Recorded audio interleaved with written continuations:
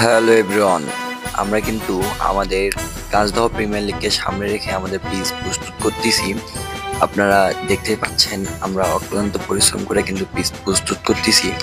তো পিচ চাঁচার পরে এখন কিন্তু আমরা পিচে হ্যামারিং করতেছি যেন বল বাউন্স করে এবং পিচটি ভালোভাবে মজবুত হয়, যেহেতু এবারে টুর্নামেন্টটা অনেক জাঁকজমকভাবে এবং সুন্দর হতে চলেছে। তো আমাদের ডেকোরেশনের লোকেরা কিন্তু তাদের জিনিসপত্র নিয়ে প্রায় মাঠের মধ্যে এসে পড়েছে, কারণ ডেকোরেশন করতে হবে। পিচটা দেখতে পাচ্ছেন কত সুন্দর হয়েছে। তো ডেকোরেশনের লোকরা কিন্তু তাদের কাজ শুরু করে দিয়েছে। চার সাইডে গোল করে তারা কিন্তু বাঁশ উঠছে এবং এটি হচ্ছে আবির। সে কিন্তু অনেক পরিশ্রম করেছে, কারণ এখানে ডালগুলো কাটার প্রয়োজন ছিল। সে কিন্তু গাছে উঠে অনেক কষ্ট করে এবং সাহসিকতার সঙ্গে ডালগুলো কাটে এবং দেখতে পাচ্ছেন তার অনেক শক্তি। তো এরপরে কিন্তু বিকেল হতে হতে প্রায় মাঠ প্রস্তুত হয়ে গিয়েছে। আজকে রাতে খেলা হবে, সারা রাত ধরে ভরপুর খেলা হবে। তো মাঠ প্রস্তুত হয়ে গেছে, শুধু লাইটের সংযোগ দেওয়া বাকি, সন্ধ্যাবেলায় দিয়ে দিবে।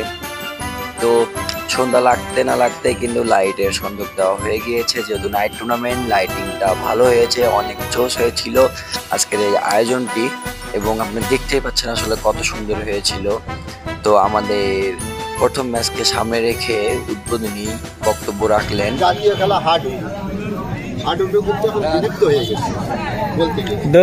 এখন আমরা এটাই জাতীয় মনে করি, যেহেতু সারা বাংলা আরে ফোন দেওয়া আছে কোন বাল তোলা দেওয়া আছে না ধরো না জনপ্রিয়তা আছে। এই জন্যে দেখতো সবচেয়ে বড় হলো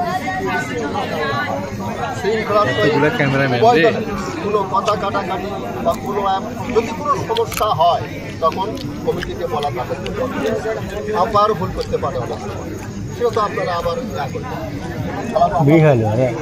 সেই হিসাবে আমি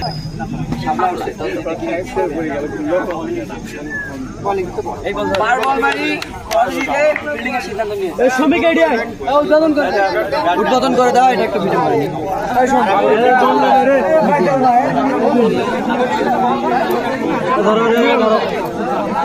এরপরে কিন্তু দেখতেই পেলেন খেলাটি উদ্বোধন করা হচ্ছে। আমাদের এলাকার মুরব্বীরা আমার বড় আপু খেলাটি উদ্বোধন করে দিল এবং আজকের প্রথম ম্যাচ এখান থেকে শুরু হলো। এবং ভিডিওটি কেমন লেগেছে এবং এই টুর্নামেন্টের আয়োজনটি কেমন হয়েছে সকলে কমেন্টে জানাবেন। ধন্যবাদ।